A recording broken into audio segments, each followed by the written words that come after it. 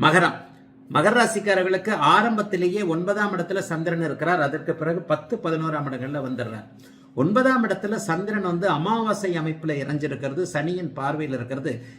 திங்கக்கிழமை செவ்வாய்க்கிழமை ஆகிய 2 நாட்கள் அம்மா மேலேயோ அப்பா மேலேயோ ஏதாவது ஒரு வகையில மன கஷ்டங்கள் வரக்கூடிய அமைப்பு, அல்லது சொந்த ஊர்ல இருந்து வரக்கூடிய தகவல்கள் நல்லா இருக்கக்கூடாத அமைப்பு.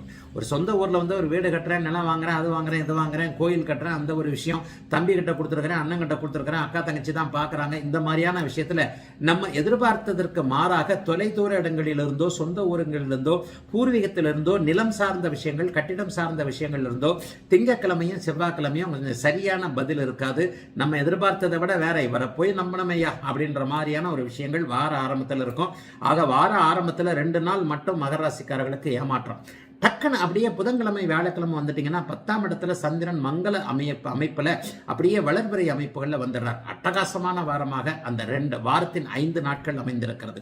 புதன், வியாழன், வெள்ளி, சனி ஆகிய அந்த 5 நாட்களும், ஞாயிறையும் சேர்த்து சொல்றேன், இந்த 5 நாட்களும் தொட்டது துலங்கக்கூடிய நல்ல நாட்கள்.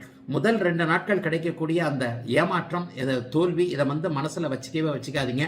பின்னாடி 5 நாட்கள் நீங்க என்னென்ன பிளான் போடுறீங்களோ அந்த பிளானுக்கு ஏற்றார் போல 10ஆம் இடமும் 11ஆம் இடமும், குறிப்பாக 11ஆம் இடம் வெற்றியை கொடுக்கக்கூடிய இடம் என்பதால் 10ஆம் இடத்துல புதன்கிழமை வியாழக்கிழமை செயலை செய்து வெள்ளி மதியத்திற்கு பிறகு சனிக்கிழமை ஞாயிற்றுக்கிழமை இந்த 2 நாட்களும் அந்த செயலனுடைய வெற்றியை அனுபவிக்கக்கூடிய அருமையான வாரமாக இந்த வாரம் மகராசிக்காரர்களுக்கு இருக்குதுங்க.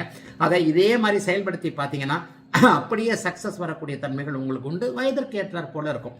ஒரு மாணவராக இருக்கட்டும், அவருக்கு ஏற்றார் போல ஒரு வெற்றி, இளைஞராக இருக்கட்டும், நடுத்தர வயதானவர்கள் எல்லோருக்குமே இதே மாதிரியான வாரத்தின் 5 நாட்கள் நன்றாக இருக்கக்கூடிய யோக வாரங்க மகர ராசிக்காரர்கள் எல்லோருக்கும் இந்த வாரம்.